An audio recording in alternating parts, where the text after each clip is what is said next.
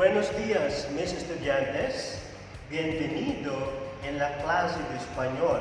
Mi nombre es Mark Anthony, and today we will talk about our course outline in foreign language. Allow me to read the description of the course. The course covers the development of communicative competence in Spanish with emphasis on effective reading, writing, and listening skills.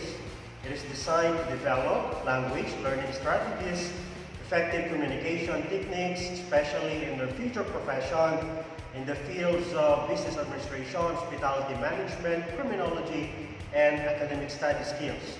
Lessons and activities involve development of oral and written communication skills in different social contexts, reading skills enhancement, and effective use of reference and resources. Course outcomes. Ano ba dapat yung ating ma-develop after this particular course in Spanish? Number one, you have to read Spanish words and sentences. Under that, we have familiar with the alphabet in Spanish. Letter B, learn the correct pronunciation of letters in the alphabet. Next, number two, construct and understand Spanish language. Under that, letter A, learn many Spanish vocabularies. Memorize the conjugations of regular and irregular verbs. And you have to learn how to conjugate verbs. Because when you study language, there are two important things that you have to understand. Number one is conjugation, which is being applied to the verbs. And number two is declension.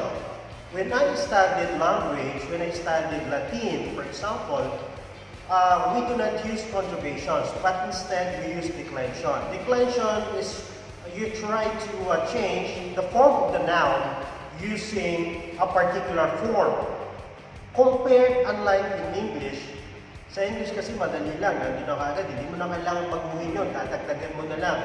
But when you talk about in other language, like in Spanish, in Latin, may mga kailangan i-consider, may mga binabago doon. Kaya we are considering what we call the form or the process of conjugation. So marami tayong po dyan, makikita kung paano mag-conjugate ng verbs in Spanish. Next one is you have to write simple sentences and paragraphs in Spanish language. So dapat marunong din tayo magsulat. You know, Spanish language, ito ay lingwahe din po ng ating mga lolo at lola. Alam naman natin na matagal ang pananatili sa atin dito ng mga Espanyol at yung mga pangalan din, mga makikita natin yung mga pangalan ng ibang mga gamit o yung mga pananalita ay hango din po sa salitang Espanyol. Kahit pumunta ka sa ibang lugar, katulad yung sa lugar ng Zamboanga, makikita mo at maririnig mo yung mga tao na nag-uusap sila na parang mga Espanyol. Kasi yun ang minanagin natin. We have learned the language from the Spanish people. Okay? You have to apply basic conversation using Spanish language. You have to memorize the conjugations, regular and irregular verbs. Now, September 7 to 11, ano yung ating activity? Since today, September 7, isang linggo, ang kailangan nyo lang naman, you have to memorize, you have to read our VMGO, Mission, Goals, and Objectives of the Campus, of the institution. Okay? Pag nabasa nyo na at na-memorize nyo na, second thing that you are going to do is compose new ways of appreciating, understanding, and internalizing of the PSU Vision Mission. Paano po gagawin yon? Number one, you have to create your own song, rap, or even spoken poetry, integrating the essence of vision, mission, goals, and objectives of the campus.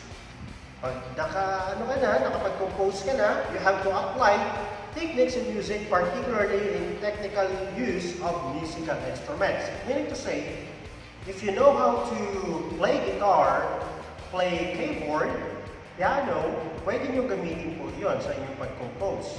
Kung hindi naman, kung gusto nyo gumaya lang ng tono ng mga music na alam nyo ngayon, na trending, pwede nyo namang gawin po yun. As long as you are able to internalize, you are able to integrate the PSU Vision Mission. Okay? September 14 to 18, that would be next week, Introduction to Spanish Language. 1.1, El Alfabito Español, Spanish Alphabet. 1.2, Expresiones Comunes, Common Expressions in Spanish. 1.3, Preguntas, Conversación. So for the activity, maliban doon sa sinend ko sa inyo sa inyong Google Classroom, meron pa kayong gagawin. You have to form 5 groups. Then each group should compose their own dialogue or conversation using expresiones comunes.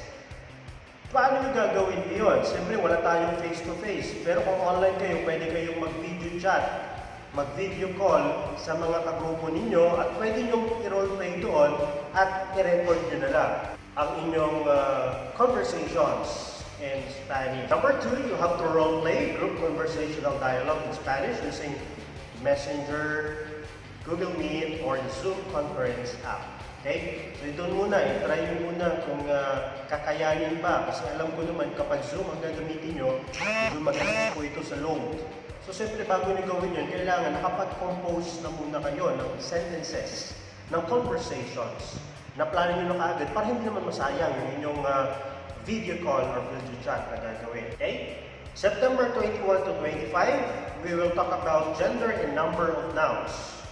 3.1, gender of nouns. 3.2, number of nouns. 3.3, artículos.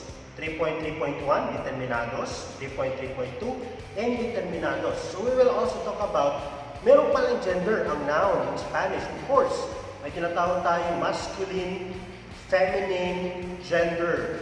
When you talk about nombres in Espanyol, like when you say niño, niña, magkaiba ng gender po yan. Yung isa nag-end sa O, yung isa nag-end sa A. So later on, we'll talk about those. Okay? Also, for your activity dito, memorize nouns, nombres. Okay? Memorize yung iba't ibang gender and number of nouns para kahit papaano, alam niyo po yung inyong gagawin sa inyong subject. Okay, September 28 to October 9, adjetivos, descriptivos, or yung descriptive adjectives. 4.1, adjectives ending in vowel O. 4.2, adjectives ending in vowel A. 4.3, adjectives ending in vowel E. Para sa inyong activity, ang gagawin nyo po dyan, magkukompose ng 20 sentences in Spanish using the gender and number of adjectives. October 12 to 16. Pos, ser, está, verb to be. So yan po yung ating pag-usapan. 5.1, uses of the verb ser. 5.2, oraciones interrogativas con el verbo ser. 5.4, uses of the verb estar. 5.5, oraciones interrogativas con el verbo estar. So magkaiba yung ser at yung estar. Pero in English grammar, that is what we call verb to be. Okay, magkaiba ang uses po nila in functions. Kaya kapag sinabi mo, pag nagtanong ka, ¿Cómo está usted? Estoy bien, gracias. Okay? Ang ginagamit mo dito ay verbo estar. You are not using verbo ser. So doon pa lang, makikita natin, merong specific function ang verbo estar. So later on, pag-usapan natin yun. October 19 to 23, el verbo tener and the uses of I. 1.1, uses of the verb tener. 1.2, conjugation of the verbo tener. 1.3, formulation of del and al, yung mga short key, D, L, al. So meron po siyang mga papaiksi doon. Al en aeropuerto. Okay? Ang del ay of the. Ibig sabihin po niya. Okay? For the uses of I, 1.5, algunos adverbios de lugar. November 2 to 13, adjetivos y pronombres, demonstrative adjectives and pronouns. 1.1, demonstrative adjectives and pronouns, conjugation. 1.2, adjetivos y pronombres posesivos, conjugación. 1.3, los pronombres posesivos son. November 16 to 20, grados del adjetivo, degrees of the adjective. 1.1, irregular adjectives. 1.2, vocabulario. 1.3, Traducción al Español, translation, Spanish. November 23 to 27, el presente de indicativo de verbos regulares, the present tense of regular verbs.